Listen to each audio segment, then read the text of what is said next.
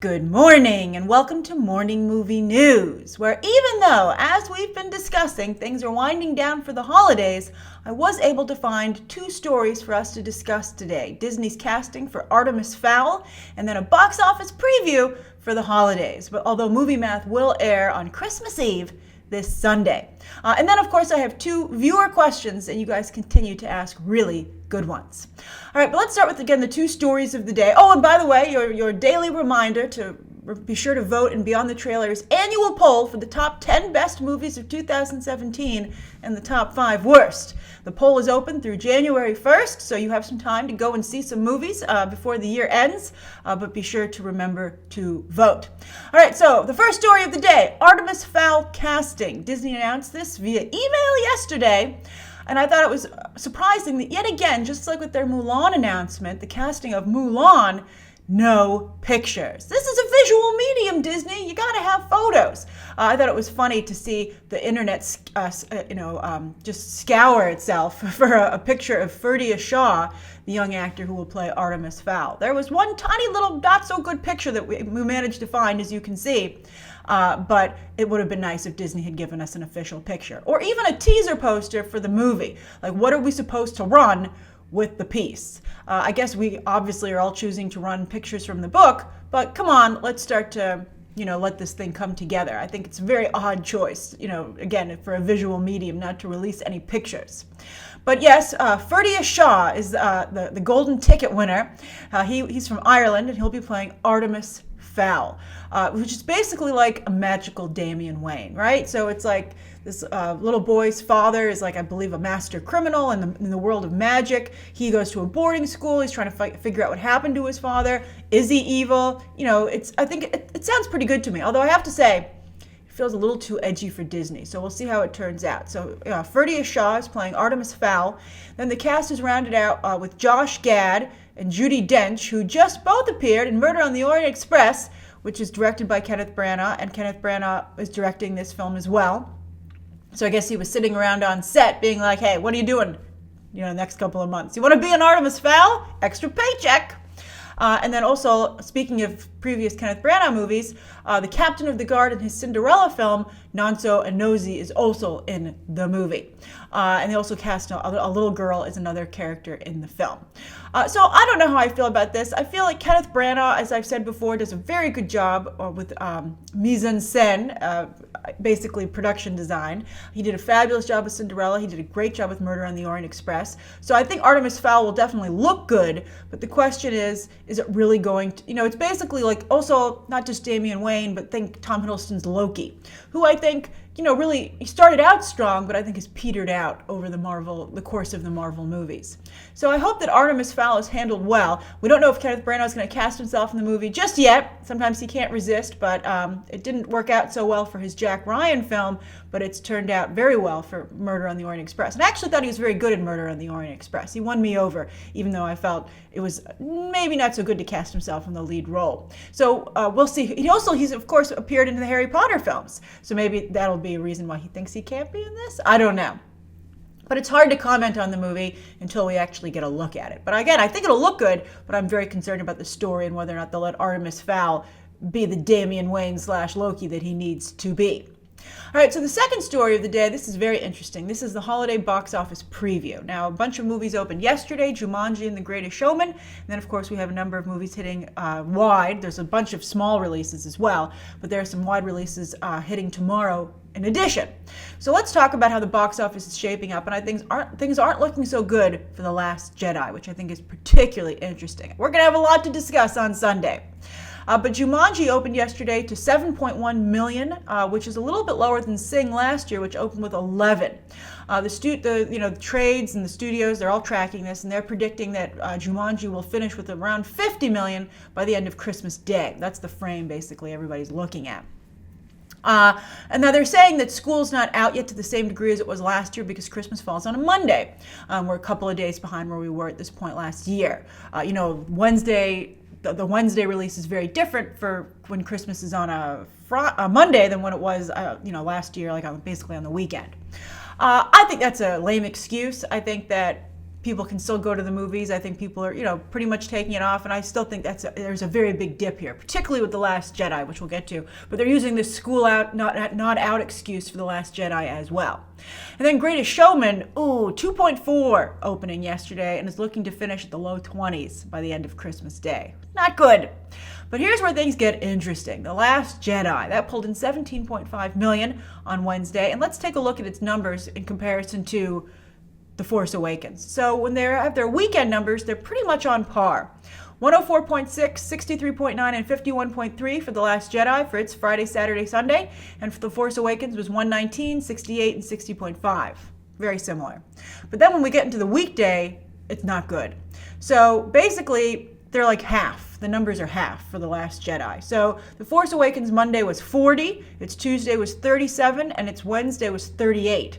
Whereas The Last Jedi's Monday was 21, its Tuesday was 20, and then its Wednesday again was 17.5. I'm very curious to see what that second weekend drop looks like. Also, there might be a situation when there's too much competition. With The Force Awakens, it only had to compete with Daddy's Home, Joy, Concussion, and Point Break in wide release, Christmas for the Christmas holiday frame. And then Daddy's Home and Joy were the only real contenders there, and certainly not the level, I think, of Jumanji and Pitch Perfect 3.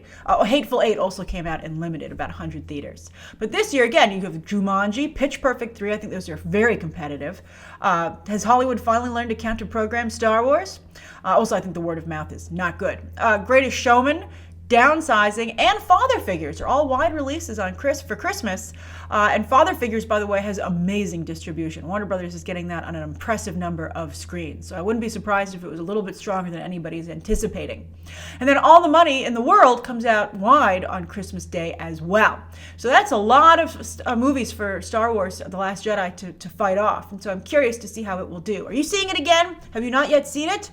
What are your plans in regards to the holidays for your movie going? What are you going to see, up through the holiday? Also, a lot of people are watching Christmas movies. They have shopping to do. There should be a lot of movie theater traffic between Christmas and New Year's, and Hollywood, believe me, is counting on it.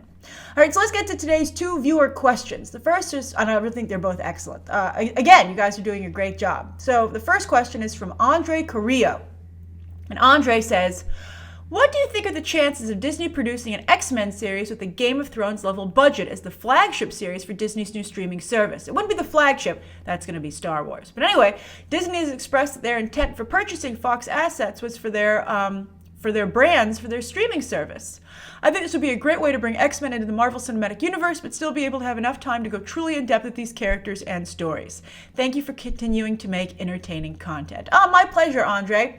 Great question, but I think that Game of Thrones still doesn't require the same level of a budget that an X-Men series would. I mean, they have dragons here and there, and they have some epic battle sequences, but you have to have constant display of powers, basically, with the X-Men, or else why have them? I think that Legion managed to keep things somewhat interesting, although I think they had too many episodes in their first season. And I know a number of you enjoyed The Gifted, but I think they don't have enough use of powers there either. You just simply can't afford to do, I think, mutants on that small, any level of a television budget. But the reason I picked the question is I do kind of like the idea. If they were able somehow to spend enough money to be able to realize the mutants on the small screen, I think that you're right, that, it would be a different way to experience them. You could have more depth to the stories because the cast is so large. I think it could be really good. But again, how do you do a character like Mystique, etc., with television? But I think, I don't know, a lot of times they cheat with Mystique and she'll morph behind like a column or something, or a wall or a door, so that they can just have another actor show up and be her in disguise. So I don't know. I picked it because I liked it, and I wanted to propose the idea to everybody else and see how you felt about a possible X-Men series. The animated series have always done very well with the X-Men.